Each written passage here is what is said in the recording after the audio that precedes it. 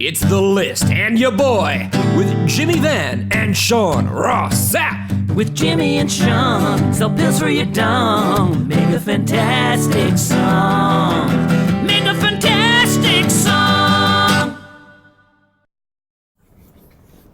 What's up, you guys? It is episode 131 of The List and your boy. I am joined by one Jimmy Van. Jimmy, how are you? Doing all right, Sean. We're about 3 weeks out from your latest, what is this, third year in a row visit to Toronto, Ontario, Canada, Sean? Yeah, it would have almost been my fourth trip, but things happened, Jimmy. They did, but you're going to make it in this time. We were talking off the air about how many shows are going to be going on that weekend. It almost feels like WrestleMania weekend with all the shows going on here. There's going to be a lot, and Sean is going to be just running around like a chicken with his head cut off. It's legitimately going to be one of my busiest work weeks ever, and I'm really excited. I'm a little bit nervous about it. I've never been nervous about a work-related thing. Maybe a little bit before Double or Nothing, but I mean, once me and you got into the conference room for there, we were like, okay, interview. Yeah. This is different. Like, we're going to be bringing people into studio. We're going to be running up the road. I'll be driving across. Well, not me driving. I will never drive in Toronto traffic. I'll be riding across town. There's a lot of stuff happening. I thought maybe you were nervous because you're going to be potentially challenging Melissa for the Fightful Championship. So I thought maybe that's the reason you're nervous. I'm going to lay down the official challenge right now, Jimmy. I know that you had put the mandate at like 500 Fightful Select subscribers, but because I'm such a humble person, yes, I want to challenge Melissa for that championship. Melissa, I am hereby challenge you, not just to any match, but the week I'm in Toronto, on the List and your boy. Not just that. I want to kick off the show with it, Jimmy. I have plans. Really? A thumb wrestling match for the Fightful Championship. Now, here's the thing. I'm going to train really hard because I take Melissa seriously because she's a great competitor and I am humble. I am humble. You're humble. So when I insult Melissa to build up because you know I'm a professional, Jimmy. I am a professional. You're a professional, Sean. I got to build it up. So instead of insulting her life, I'm just going to wish things upon her that will cause mild inconveniences. That's it. That's all. So I hope that she goes to the grocery store and she takes coupons and she relies on those coupons. And then when she gets up to the front, they are 2 days expired and they say, no, sorry, you can't have it. And it messes up her budget a little bit, not too much. I don't want it to mess up her budget too much, but I do hope that she has to put up all of the items in which she shopped for. I got it. It's like, it's like rain on your wedding day, Sean. Yes. A free ride when you already paid? Yeah. Stuff like that. It's actually a free ride when you're already late, Jimmy. A free ride when you've already paid, isn't it? I think it's a free ride. Okay, look that up, Sean. Look up the lyrics of that song, Sean, and we'll figure it out. I'm pretty sure I know my Canadian singers better. In terms of sense... Oh, you're right. I'm sorry, what was that? You were right, yeah. There you go. Boy, wow. that felt good, Brady. It felt good getting that. We're going to turn that into a soundbite. That we will. Yeah, we are.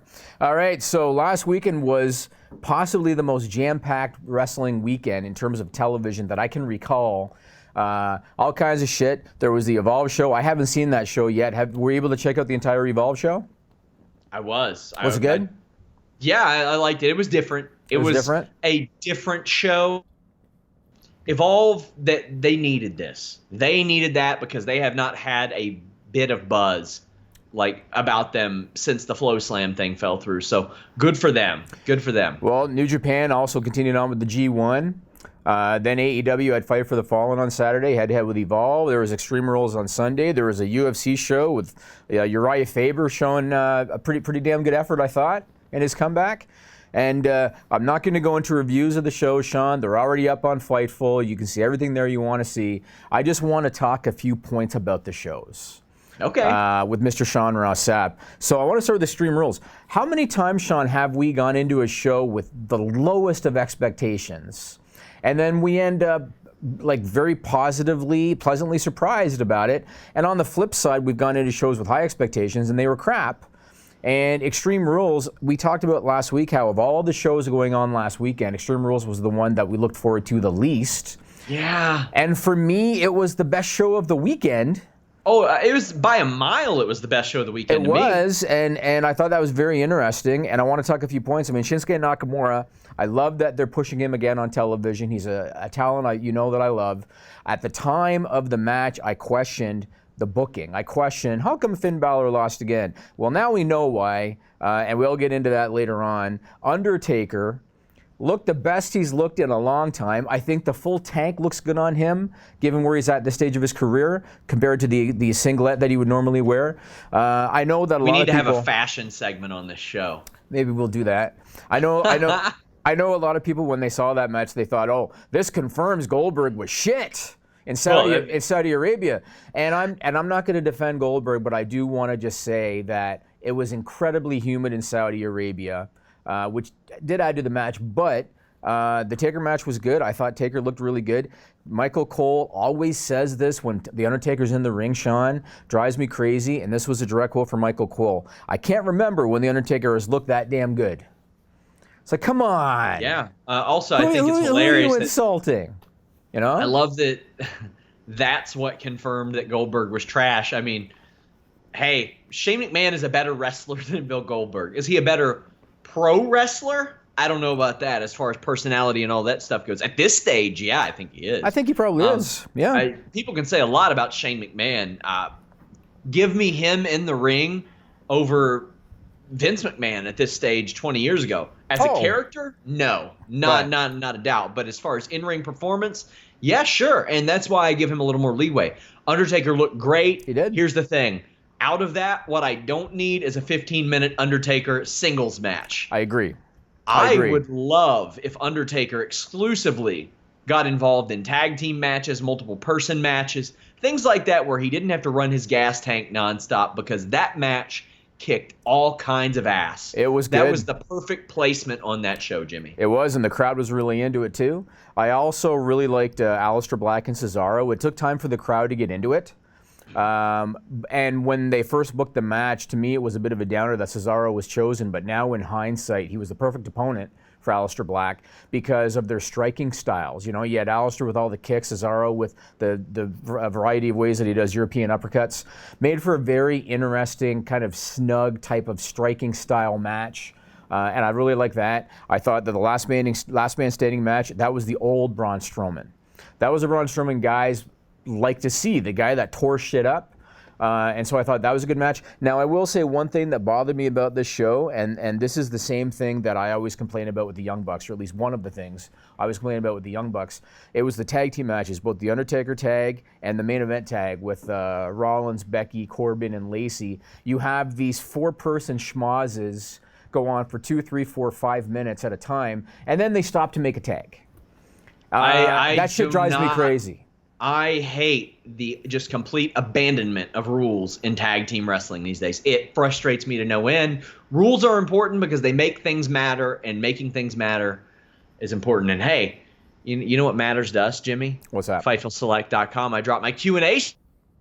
You can ask as many questions as you want if you subscribe. It's the most direct way to support us. But hey, if you guys want to ask a question here live on the air on YouTube, donate a super chat. Any amount. We'll answer your question, read your statement. The first one we got, boy, I don't know what this is, but I do know what this is.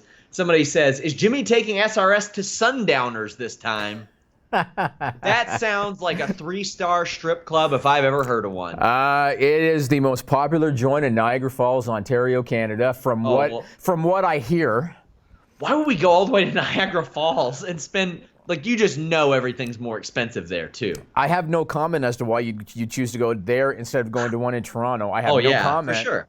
But it's... sorry, fellas. If I hit up one of those establishments, it's going to be in Toronto, Ontario, Canada. You probably have more fun as Sundowners, in my opinion. But that's another topic for another Is day. this in your educated opinion, Jimmy, or just a hunch? From what I've been told. From what I've been told. Sources can confirm. We'll have a full write-up on Fightful Select later. Yeah, we will. Let's move on and talk about Fight for the Fallen. I know that some people think I hate AEW, and I don't. Well, because you do. Oh, You because I for do. sure do. I for sure do. I for sure hate everything about AEW, yes. Except Alex Marvez. You love his work. There you go. Oh, boy, we're going to get to that. So, Fight for the Fallen. So, a couple of things that I really like about AEW on an ongoing basis. One thing is that they book fresh matches with top guys against random up-and-comers. And I really like that, and I wish WWE would do more of that.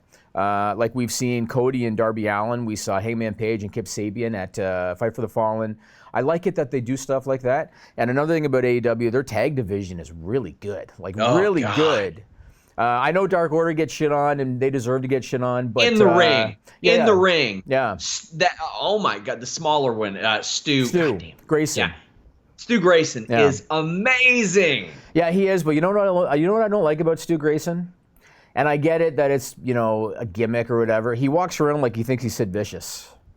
And the guy looks like he weighs 170 pounds, but he walks around like he's Sid Vicious. He's like 190, but I kind of like that he does that. Maybe, but he's definitely the better of that team. There's no question about it. You brought up the up-and-comer against some of the established people, and they don't have like incredible builds for them. It's sometimes like very minimal. I like that. Yeah. I like that. Like last night, me and Alex were talking about on the air, that thing that Buddy Murphy said at the beginning of the show, that should have been all that it took for him to get a main event spot against Kevin Owens last night. I completely agree. Instead of thing. Yeah, I completely agree. Ziggler didn't lose that match, so Buddy Murphy didn't have to lose either. So that's something that Buddy could have then hung his hat on for weeks and weeks and weeks until he got another opportunity. I agree. I would love to see, for example, just out of the blue, I would love to see Roman Reigns against Buddy Murphy. I'd love to see Roman Reigns take on, let me look at it. Whether it's face or a heel, I wouldn't mind seeing him against Otis of the Heavy Machine. That'd be different. That'd be different. And that's the thing. Yeah. Why not different? Why not a couple baby faces? Why not a really established guy? And then afterwards, Roman Reigns, the most established guy there, gives Otis a little fist bump. Good job, young man. Right. There you go. It'd be different. I agree with that. Going back to Fight for the Fallen, I really like the arena. Very unique. It was an outdoor arena, but there was like some kind of a roof over top of it. They had the ramp going right to the ring. Thought that looked really cool. Obviously, as it turned out, the humidity was a problem. And the crowd by the end was pretty tired and pretty quiet, but I thought it looked really good on television, so that was cool. You mentioned Alex Marvez. Now, I don't want to see anybody lose their job, Sean. Okay, I don't want to see anybody lose their job. But with all due respect to Alex Marvez, he is not who you want on color when they go weekly on TNT. You do not want Alex Marvez doing color for your promotion when you go weekly on TNT. He is just way too soft-spoken, low energy. He's just not. I like that low energy. He is. He's low energy. I do. And him and Jim Ross, there's no chemistry with him at all. I found Excalibur was a lot. He was lower energy this show than he had been before. Mm-hmm. I don't know, maybe it's because he was looking for the right times to come in. I don't know what it might have been. But Marvez to me just doesn't work. I know that some people say, oh, you got to give him a chance because he's new to this. You don't want this guy doing your weekly television on TNT. No. And so they got to figure that out. I'm okay with JR being on weekly TV at least for a while because they want people to switch that channel and then say, wait, I know this voice. Yep. So I get that. I understand. But he's got to become not just more familiar, extremely familiar with this talent. Yep. And I mentioned 3 or 4 names off the top of my head last week. Tyler Valls, Todd Kinley, Sarah Shockey. They're all out there. They're all very good. Right. Alex Marvez does not need to be doing what he's doing. He did good backstage interviews, although they were a minute long. I don't even know if Alicia Atout is still with the company since they had Jen Decker. I don't know what they're doing there, but you can find work for these people in an age where content is all over the place. Alex Marvez is a phenomenal journalist. Yep. And I mean a journalist straight up that I look up to. He is an amazing journalist. You know, you can have him narrate stuff. You can have him Yep. break down digital content. There's all kinds of stuff. I'm going to tell you something about Alex Marvez, and I've never told you this before. So back in the day when I had my original wrestling site, jimmyvan.com, I used to do these lengthy interviews over the phone at the time because there was no Skype video and all that. And I would transcribe them myself. One time I did an interview with Ricky Steamboat. It ended up being a 4-hour phone interview over 2 nights. I transcribed it. I used to send it out to other websites to get publicity for it. Dave Meltzer really put over the Ricky Steamboat piece that I did. And Alex Marvez sent me an email. This is when Alex Marvez was writing for The Observer at the time. He sent me an email offering me an opportunity to write for a magazine, I think out of the UK, that he had an affiliation with. He said, I've seen your stuff. I think you're good. I can introduce you to this guy. But at that time, I was kind of going in another direction. I was getting out of the wrestling game, and I was getting more into advertising. And so I didn't take him up on the offer, but I thought it was just a very kind thing for him to do. And so, to me, he's a good guy. And like I said, I don't want to see anybody lose their job. I'm just looking at this from the perspective of what's best for AEW. And him doing color on your weekly TV is just not, I don't think it's going to work. But speaking of magazines, I want to give a shout out to Fighting Spirit magazine. They're wrapping things up. That's a bummer. That's a bummer. I grew up not on Fighting Spirit magazine. I can't pretend that, but that's one of the things I always wanted to be in print. And now there's like, I think PWI, maybe they're out there digitally. Yeah, and a lot of respect to the guys at Fighting Spirit magazine. Nick Wolf sent a super chat and said Sundowners is rated number 1 in Canada, number 4 in the world. Well, okay. Are you serious? Number 4 in the world? Says. Justin Whaley sent a whale of a super chat, 50 Canadian, Jimmy. Wow, good for you, man. Which is at least $3 USD. I was going to say 10 and a quarter US. Yeah. He says, do you guys think the IC, US, WWE, and Universal belts are pointless? What do you think it'd look like with light heavyweight, cruiserweight, heavyweight, super heavyweight, and an open weight championship with no rules? Personally, I don't like that because styles make fights in pro wrestling. Yep. You don't want especially by and large in WWE especially, just the same thing versus the same thing too much because that gets real old. And the other thing too is that number 1, the weights are gimmicked, and number 2, if you look at the UFC, there's a lot of like only 10-pound gaps between divisions, and in pro wrestling, a 10-pound difference is really nothing. And so it'd make it awkward to see that. The reason they have so many titles is because of the touring brands. And we've talked about how, they really don't need to tour as much as they do. And when we get to Finn Balor, I want to talk about that. But that's why they still exist. That's why they haven't unified them. It's because of the touring brands. Yeah, and they've got 5 brands right now. Right. They've got Raw, SmackDown, NXT, NXT UK, 205 Live, and who knows? They may end up adopting Evolve more frequently. And like as far as Raw and SmackDown go, I mean, in the old WWE days or WWF days, you had the world title, intercontinental title, tag team title, and sometimes a women's title, and that's pretty much what they have for the main roster brands. You sprinkle in the women's tag, which was around as well, although not used as much. Yep. You throw in the 24/7. 205 Live pretty much just has one championship. It's never on Raw or SmackDown. It's only on the pay-per-views. Right. NXT has the same number of titles. They've got about 4. NXT UK has about 3. So honestly, I don't have a problem with the number of titles they have. I have the problem with the utilization of those titles.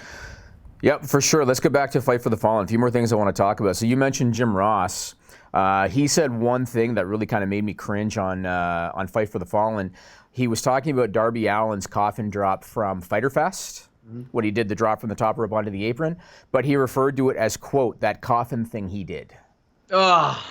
And as soon as he said it, I can't recall if it was Marvez or Excalibur, they corrected him and said the coffin drop.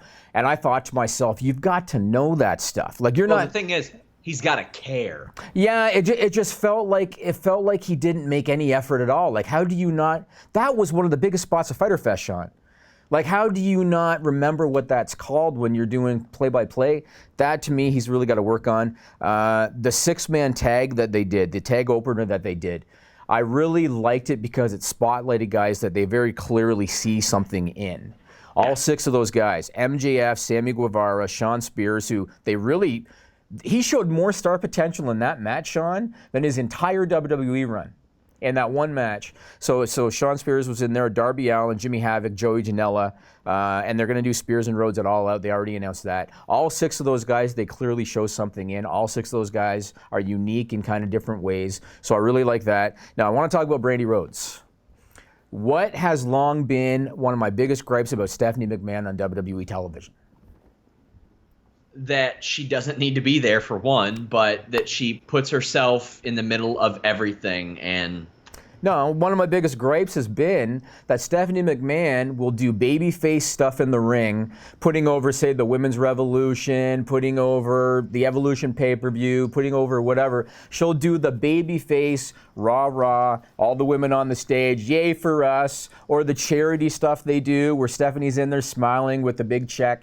She'll do that babyface stuff, but then on the same show, she'll play bad guy, and she'll slap Roman Reigns, or she'll do whatever. That has long been one of my biggest gripes about Stephanie McMahon, and Brandy Rhodes is going down that exact same road, and I cannot tell you how much I hate it. I hate it.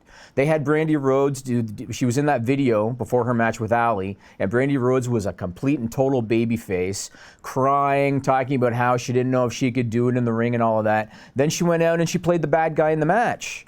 And I thought, I hate it, and I don't understand. You know what that would be like? That would be like watching Star Wars, Sean.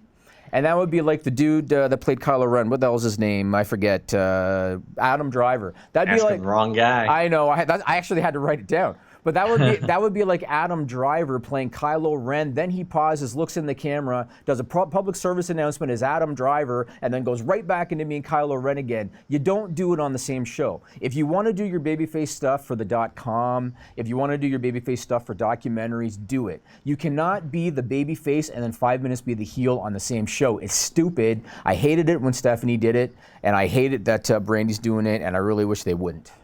Yeah, that match was bad. And but her you know what? Yeah, sorry to cut you off, but you know what? The fans were very respectful of it because it was bad, and I think they knew it was bad, but they did not shit all over it. They were pretty respectful. Well, I think I get the feeling, and I hate to use a blanket statement or a generalization, but I get the feeling that people that are there want this to succeed. Right. That's right. And they're a little more forgiving of that. But man, that was not good. I do not want to see Awesome Kong and Aja Kong. That match is I agree. not I once again want to put over both Jungle Boy and Luchasaurus. When Double or Nothing happened, and I remember I did the write-up in Vegas because you were live at the show, one of the guys I put over the most from Double or Nothing was Luchasaurus, because I thought this guy's got a different look than everybody else. He's bigger than everybody else. Did they ever showcase him at Fight for the Fallen doing that aerial stuff that he did, Sean? I thought he looked excellent. I think him and Jungle Boy are a very unique tag team. And Jungle Boy, we've talked about. I see a lot of great things for him. He's your prototypical pretty boy babyface, but he can really go in the ring. He's got great lineage, and I just see a lot of positive things for him. That's about all I got for Fight for the Fallen. Yeah, it was an okay show. A missable show, I thought. Yeah, and I still, everybody, again, some people hate it that I crap on certain things with AEW. I'm not a Young Bucks guy. I'm not. And it's funny how some wrestling sites, everything the Young Bucks does, they make like it's the greatest match in the history of the universe. I'm not into them. I didn't think their match with the Roses was good. My issue with them, again, is that they will basically do a 5-minute, 4-man thing in the ring because they want to get their spots in, right? Their double team spots. So they'll work like 5 minutes straight with all 4 guys in the ring, and then after that, they'll go over and make a tag. When the referee stood there the whole time, watching them for 5 minutes, not doing anything. Yeah, I hate that. I don't like it. I think that the Young Bucks have no psychology outside of, Matt knows how to sell his arm and shit. Otherwise, I think their psychology. I think they're some of the best sellers. Period. They're fantastic. The selling is good, but the tag team psychology in terms of the rules and stuff, it's out the window in their matches. You know what they should do? They should make their gimmick that every match they do is a tornado match, because every match they do is a tornado match. Yeah. So I had a problem with that, and also I just want to say one more time, I still believe Kenny Omega is one of the best in the business. I thought his match with Shima was good. I love how Kenny Omega can go from 0 to 60 like that, Yeah. And I thought that match was good as well. That to me might have been the best match on the show. Well, I'll tell you what I like. My interview with Matt Stryker. The article drops very soon, but you guys get a little sneak preview of the video interview. Check it out. What's up, you guys? Sean Ross at Fightful.com. Here with a name that you guys know, Matt Striker. I was just telling you off the air, big fan of your seminars. You got a lot of knowledge to impart on the wrestling world. How's life for Matt Striker these days? The way I look at things is this. I woke up this morning. That's not lost on me. There are a lot of people out there that they pine over the minutia of life, or they really think they've got a bad lot in life. When you look around, we woke up this morning, so I think we're doing okay. So we're here in Las Vegas. How has your experience been? Well, I've been working with Fight and for StarCast the entire weekend since the minute I landed on Thursday. I do get on a plane later on tonight and go back home to New York. It's beach season, so I live right on the beach. Can't wait for that. But it's been great just to see how, you know, in the media and the news, they're trying to divide us. Everything is division. But here, no matter your sexuality, your religion, your race, what kind of food you like, what kind of clothes you wear, we're all united by one thing, and that's this great sport of professional wrestling. It has been a very positive experience, and you mentioned you're doing stuff with Fight. Your versatility as a broadcaster, as a wrestler, has paid off for you. Do you see more wrestlers stepping into that full-time and really following that? The thing I'm noticing is that a lot of people don't realize there are so many elements and aspects. People call it a business. I didn't get into a business. I got into a sport. Then I realized that there's a business side to it. As far as other wrestlers trying to do it, it's not easy. And I'm fortunate to have gone to the Harvard of pro wrestling, whether you like them or not. WWE, I learned from Vince McMahon, I learned from Kevin Dunn, I learned from Triple H, from Arn Anderson, from William Regal, from Dean Malenko. That's an education that cannot be replicated. I mentioned to you, again off the air, you did this great seminar that I saw. When you share this knowledge, how often are you doing the seminars? Do you still do them? Yeah, I love doing the seminars, and I like to break it down to one simple question. It goes beyond wrestling, it goes out for people. Why? Why are you doing this? Why are you making this decision? Why are you allowing something to have control over you? Rob Van Dam and Jerry Lynn just did a panel, and Rob talked about mental health and he talked about depression. And to me, when you give something power to impact your life, that to me is a choice. So finding out why we make these choices is so vital to me, and the seminars are a great way for me to disseminate that information, said the former school teacher. Well, when you ask yourself why you did this interview, it's because I bugged him too. Matt, thank you so much. I appreciate it. Thank you, and I like your work. All right, Fightful.com, we're out. Hit that subscribe button, guys. Leave a thumbs up. Remember, if you're watching live, donate a super chat. We'll read your statement on the air. Awesome. So All Out is 6 weeks away now. You're going to be there, Sean. I am going to be there. I got approved this week, actually. There you go. And so far, there's 5 matches that are somewhat official, I think. Jericho, Hangman Page for the AEW title. Now, I want to say one other thing about Fight for the Fallen that just popped into my head. Even though I like that they book top guys against random up-and-comers, and I like the freshness of it, I thought it was really, really poor booking to have Hangman Page barely beat Kip Sabian before the 20-minute time limit when you were going to be challenging Chris Jericho for the AEW title. It would have been cool to let Kip Sabian get his shit in, but Hangman Page should have knocked that out in 5 minutes before going in there with Jericho. That whole show went way longer than it needed to be, and there's a lot of stuff that I agree with Cody and Tony Khan and all these people on about a lot of stuff, but tag team psychology, I sure as hell don't. That is a pain in the ass. It's mostly the Bucks, though. Like, I find the other matches, they more or less stick to the rules. Well, they're going to be working with everybody. Yeah, their shit is completely out the window in every match because they just want to get in all their tag spots. You know, if it's a 3-way tag match, that's okay because what are they going to do? DQ somebody? No. Yeah, or if it's a gimmick, if it's like Extreme Rules, we're doing the ladder match. Ladder match is all right. You know? The Lucha Brothers do it an awful lot too, and that's a pain. Now, that main event did not need to be 31 minutes, maybe 20 minutes. Right. Omega and Shima could have even went without a few more minutes, even though it was great. Adam Page and Kip Sabian should have been a 10-minute match. Or less. Brandy Rhodes and Alley should have been 6 minutes instead of 11 minutes. Right. The 6-man tag, I was cool with that because everybody was over. Yep. The women's tag match could have been about 5 minutes less, especially considering what happened there. Yep. And I thought the Sunny Kiss Peter Avalon match went about as long as it should. 5 minutes, get in there. You got a couple people in there that people at least are behind in some degree. But this show didn't need to be 4.5 hours. Yeah, it was really long, especially in that humidity. Like they didn't read the room properly. Yeah, and I get that Cody was like, well, we don't want to do 4-minute matches. Sometimes those are necessary, not all the time. But not like Raw this week, although we'll get to that. But yeah, it was. But there were probably, they could have probably shaved 40 minutes off this show, and it's been looked at a lot more fondly than it was. Right. So back to All Out. So Jericho, Hangman Page, Jon Moxley, Kenny Omega. That should be a very interesting match. Shawn Spears, Cody should be a decent match, I think. The Bucks and Lucha Brothers, AAA tag team titles in a ladder match. And then the whole tag team bye in the tournament, the Best Friends against the Dark Order. I don't really care too much about that match, I'm not going to lie. But otherwise, those matches are looking pretty good. I mean, the card's looking pretty good to me so far.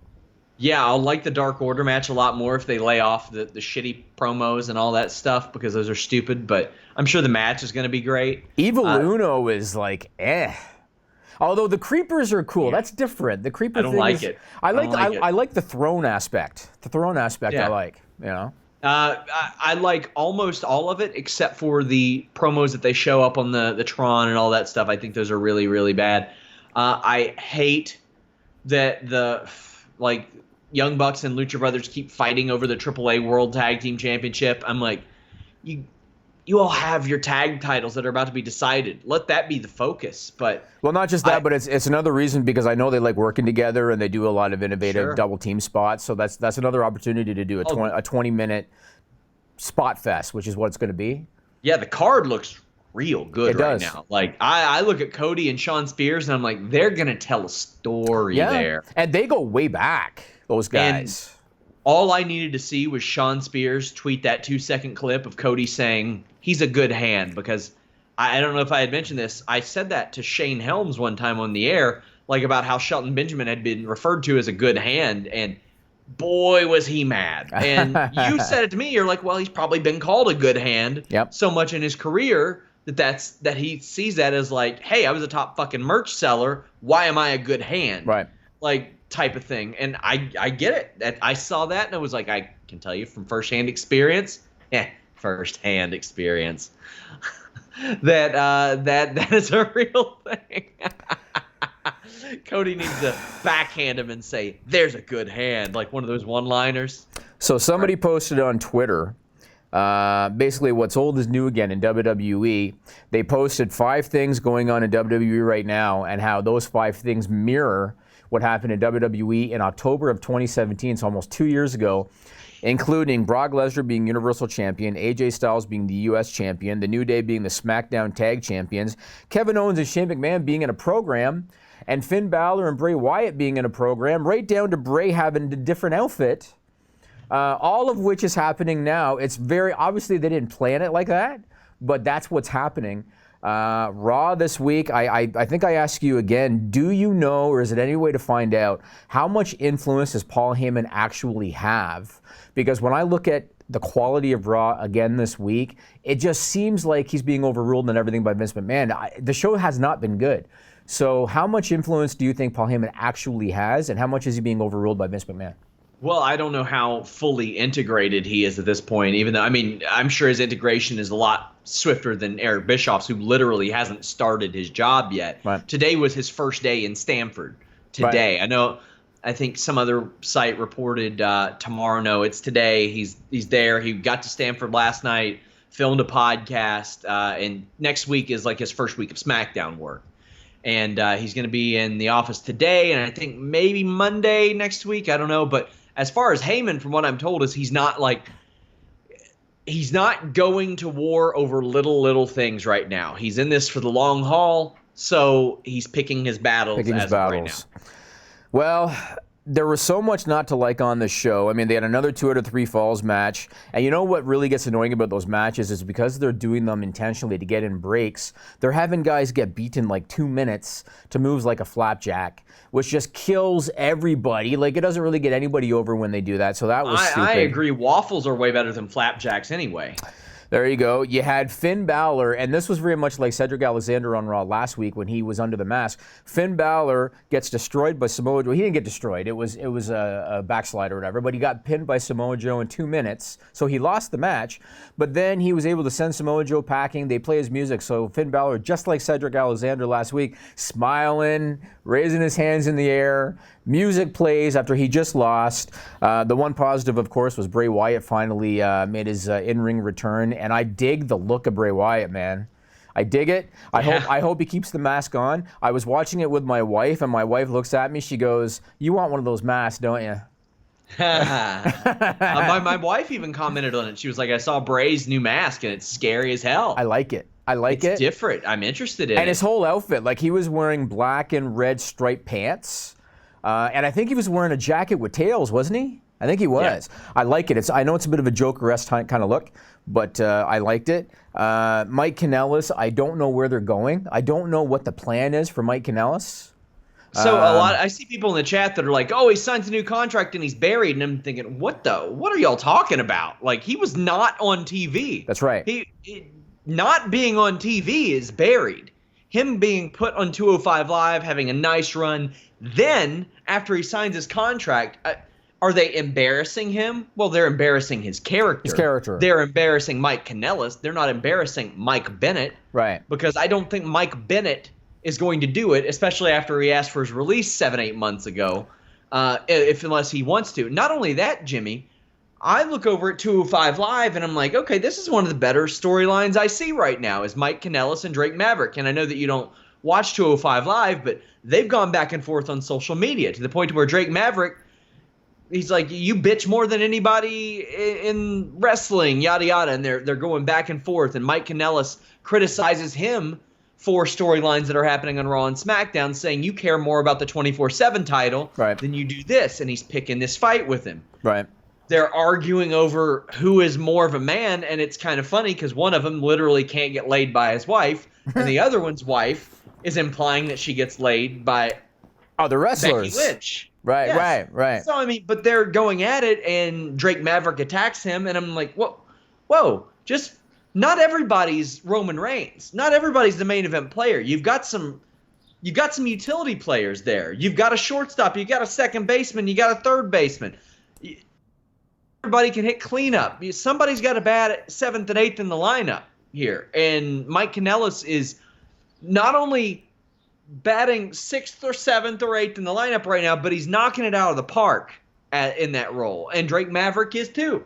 Oh, yeah. So, Drake Maverick has benefited from that title more than anybody. I really do want to see them kind of move on because you can only do R-Truth and Drake Maverick so many weeks, but he's definitely benefited. A couple more things from Raw. SummerSlam is not appealing to me so far.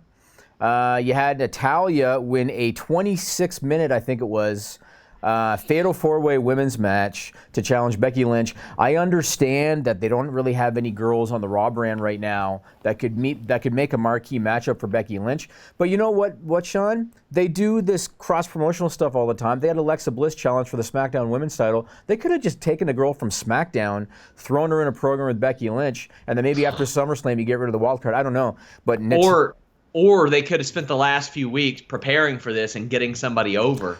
You're right, and that takes me to the Seth Rollins thing.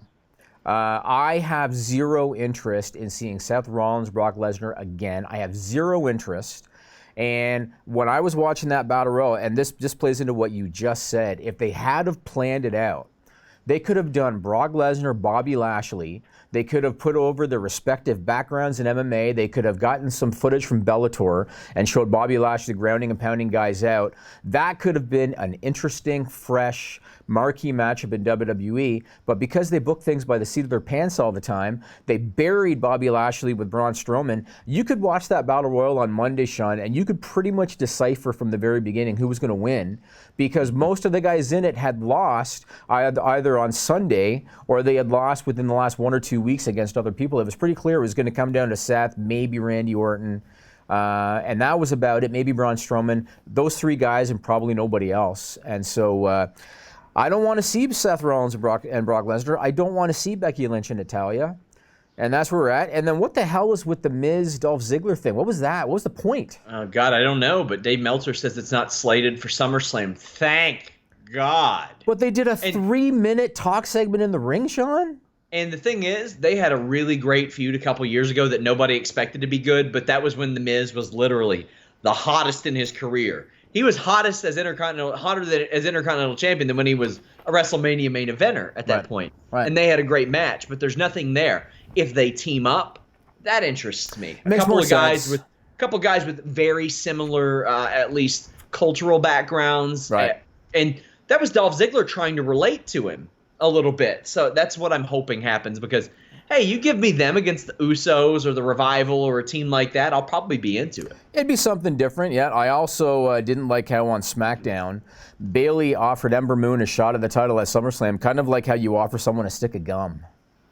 Yeah, that was unusual. I mean, so I like the match. Odd. Yeah, but I like the match, sure. I do like that Seth Rollins had to earn his way into a rematch. But that being said, it was very predictable. And why do it right off the bat? Right.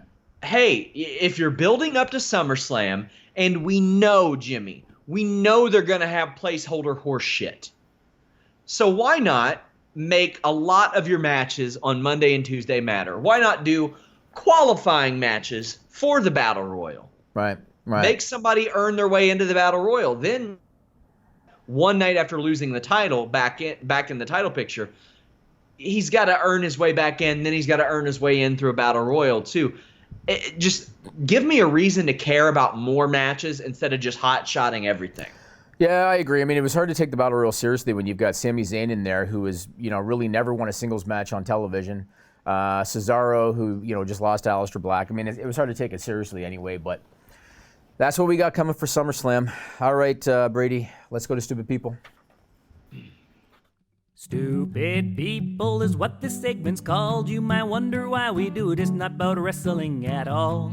Used to be WWE's weekly usage of stupid nicknames, which we did hoping they'd stop giving wrestlers lame names. But it didn't work, so we gave up. In the new segment, we came up with this stupid people. Stupid people, stupid people.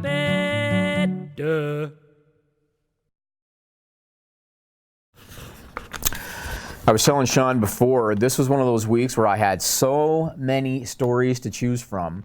I don't know what it is about the month of July in 2019. I had so many to choose from. It took some effort to whittle it down to 6 stories for the live show and for Stupid People Extended. But I managed to get it done, and these are good, Sean. These are good, man. This first one, reported by the UK Sun on July 11. You might have heard of this one. So there was a woman in Istanbul, Turkey, and she was taking a flight for the first time in her life. All right? Got a little confused at the airport check-in.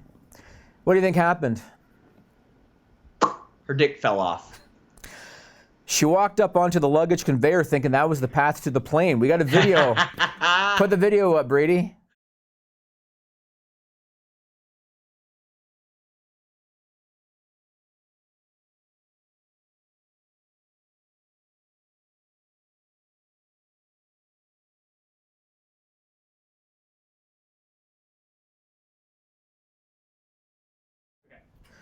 Amazing. Yeah, my apologies. I didn't tell Brady when there's no sound on a video, let them hear my audio over top of it. And so you guys just had an video with no audio, but that's all right.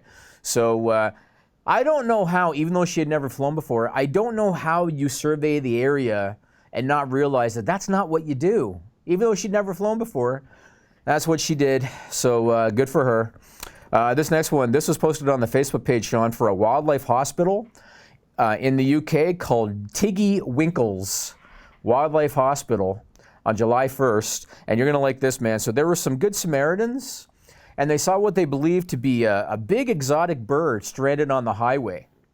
It was a really large, or a fairly large, vibrant colored, orange colored bird that was stranded on the highway. So they called animal rescue to give this bird some help. Tiggy Winkles Wildlife Hospital came to the rescue. What did they find when they got there, Sean? Is it like a big bird costume? It was a seagull covered in curry powder. We have a picture of it, Brady. Oh my God! Very clearly a seagull. Oh, that's sad. Yeah, very obviously a seagull. I don't know how it got into the curry powder, but it hampered its ability to fly.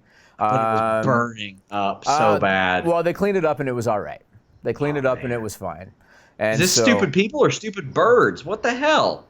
I mean, if it was me, with all due respect to these people, and if I saw that bird on the highway, I would know it's a seagull, even though it's orange.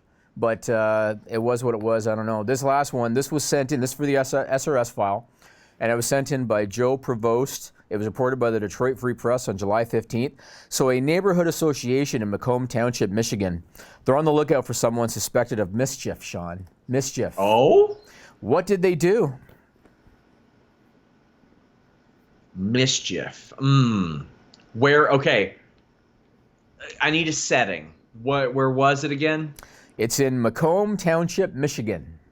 Michigan, huh? Yep. They brought their rattlesnake and uranium to a sex shop. Okay, you'll have to watch Stupid People Extended on Fightful Select to know what Sean's talking about with that. Yeah. No, so there is a serial pool pooper on the loose, Sean. Somebody has been defecating in a community pool. With cereal. Yeah, with cereal. Yeah. On a number of occasions, they've been doing this, leading to the closure of the pool on a number of occasions. They've hired an attendant to remain on site until the end of the summer. And here was maybe the best part. The president of the association, they released a statement, and it included an unintentional pun. The statement said, quote, "At the present time, we are reviewing attendance logs."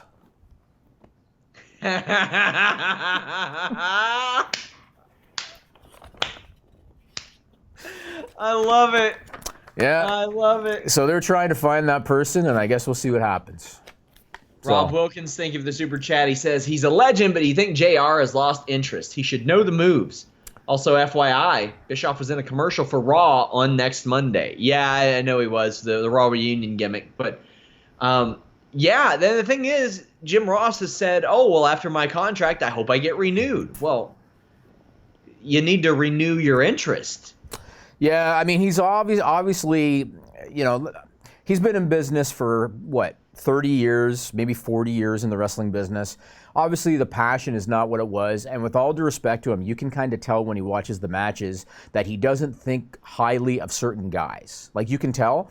I don't know if he has the old school mentality about, like, guys being indie-rific, so to speak. Yeah. But you're not going to convince me that Jim Ross thinks the Young Bucks are great. You're not going to convince me that he does, because he doesn't. Yeah. And you can tell in his commentary that he doesn't. The fact that he had to call Darby Allin's move that coffin thing he does tells me that he didn't care enough about Darby Allin to ask what the move was called.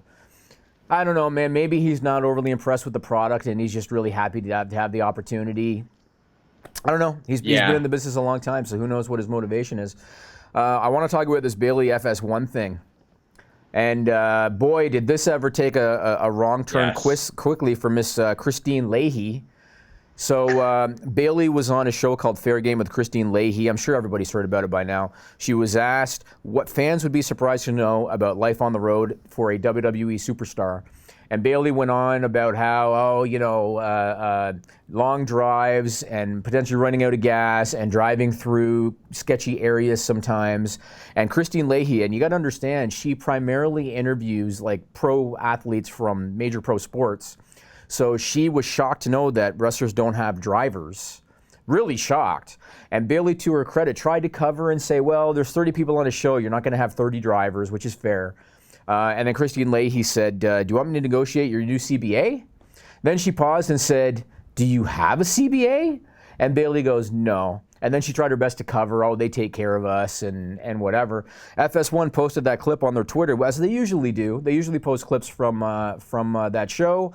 We all know who owns FS1. We all know WWE's moving to them in October. Didn't take, 24 hours for that to get yanked, Sean. And and it was a bad look for WWE. And I bet you Kristine Leahy probably got crapped on by FS1, even though she was just doing her job. I don't think so. No, you don't think so? I don't think so. That wasn't her fault. That was a natural thing. Yes. If they don't prime her on that, if they don't give her that info, that is on a producer. That is on somebody else. Right. That is not on Kristine Leahy. That's like the Ambrose Austin podcast when Ambrose said, hey, I don't want to tackle this subject. That was on the producer. The producer's got to fill in Austin. Right. Austin it doesn't have the time to personally do all that research. But I spoke to people in WWE. They said that they thought that Bayley handled it about as well as she could. I think so, too. Yeah, there's no heat on her or anything. Right. I spoke to one wrestler that said, what was it? Yeah, they said that they wouldn't mind employment status, but not at the expense of somebody else's job or somebody's or their own, right. And that they know what they're getting into, but it is a discussion worth having. But the thing is, nobody really has the discussion, is what I'm told. I thought Bayley came off real well in that interview because she didn't know what was coming, and so I thought it was quite good. All right, Finn Balor. So Pro Wrestling Sheet broke the story that he asked for time off, and he is going to be going on a sabbatical after SummerSlam for about 2 months, we're told. Apparently, it's not about him having any kind of heat or disenchantment. He just wants time off. And you and I have talked about this before, Sean. WWE's got these big new television contracts kicking in. They're giving guys raises, as we're seeing, but the raise is still, the ratio of the raise versus the ratio and where WWE's profits are going to be, they're still not the same. And so, if they all get Gallows and Anderson deals, based on what I heard and cannot report yet, boy, that might change. Holy crap. Maybe, but we've talked about this before. How do you appease your roster without giving out massive raises and without pushing everybody to the moon creatively? And you and I have talked about this. Among other things, you take care of their hotel on the road, you take care of their rental cars, you give them a per diem for food, and you implement time-off cycles. And to me, there is no negativity or there's no negative aspect of a time-off cycle because in the past, remember when guys like Hunter or Triple H would get injured, they'd go off because they're injured, come back, and they'd be hotter than ever because of the whole thing about absence makes the heart grow fonder. Finn Balor goes away for 2 months. He will come back hotter than he is because the crowd will be happy to see him, and he will come back rejuvenated. He'll come back excited. He'll come back healthy. I think that they need to implement this with all talent. I think that they should do maybe 6 weeks to 2 months, once or twice a year for every talent. The house shows are not going to miss them because the way things are with the live events now is almost nobody is the draw anymore. Like you can't say, aside from maybe a Roman Reigns, and that's a maybe, that nobody is a draw on the live events. So good for Finn Balor. It's a win-win. So obviously he's probably gonna wrestle Bray Wyatt at SummerSlam, and then he's gonna go away for a couple months after that, and he'll come back hotter than ever, Sean. Personally, what I would do if I were looking at the situation, I would cut 2 to 3 live events per month from the schedule. Roughly maybe one a week. I would have 1 week. Maybe one weekend per month where you have the full current live event thing, and you do that in a market will be successful. Right. If I were them, I'd be exploring some other things. Like, how many of these one-man shows do you see out there that are doing great and getting great content for them? Mm-hmm. Utilize those, film those, turn those into content for the network, for .com. Find other paths to revenue in that regard. Find new ways to develop merchandise. Be cutting edge. Be different. Right. I look at some of the stuff that AEW's done with StarCast, and I look at some of the ways that they've developed digital content, and I think that's cutting edge, and that's the way to do it.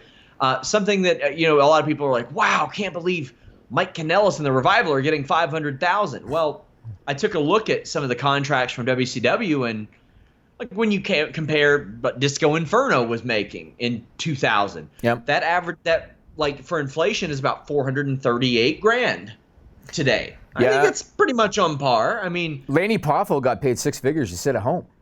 Oh yeah.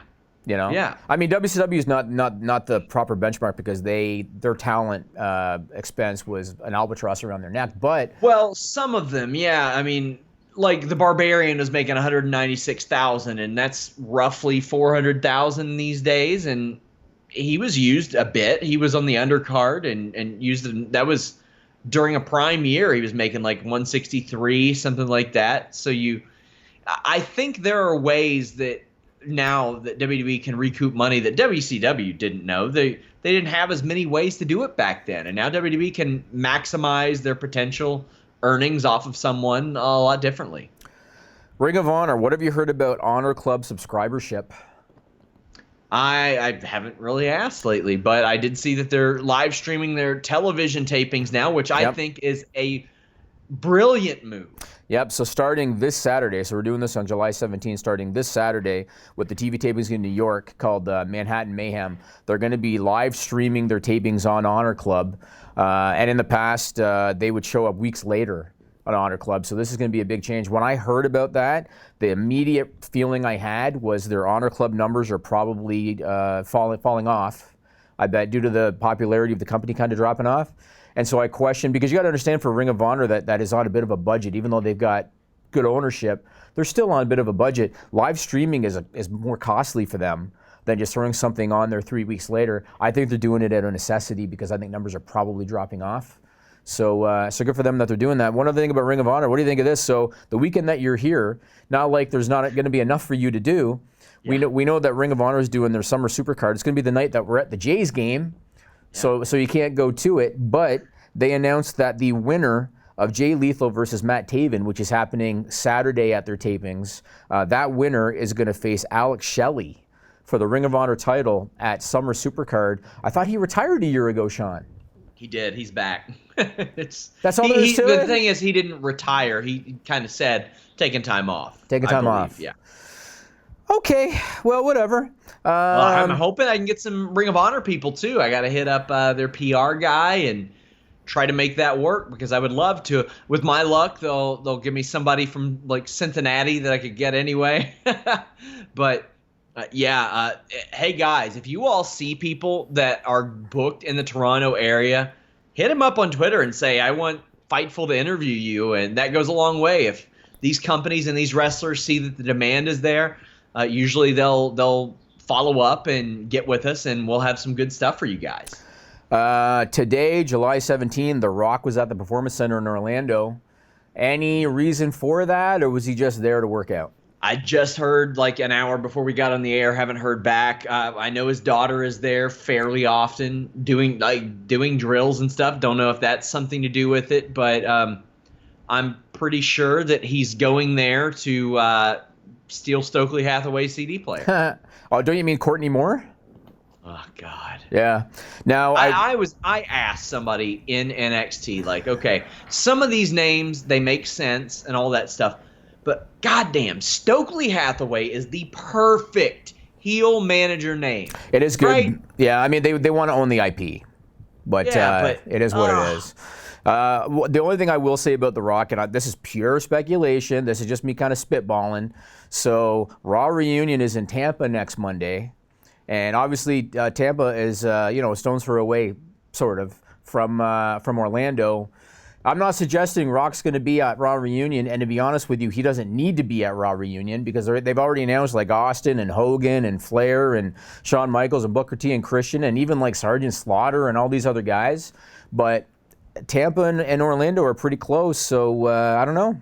What do you think? Well, my thing is, knowing that he's in Orlando, that doesn't tell me anything about where he'll be Monday. The Rock? That's true. He might be in Zimbabwe tomorrow, for all I know.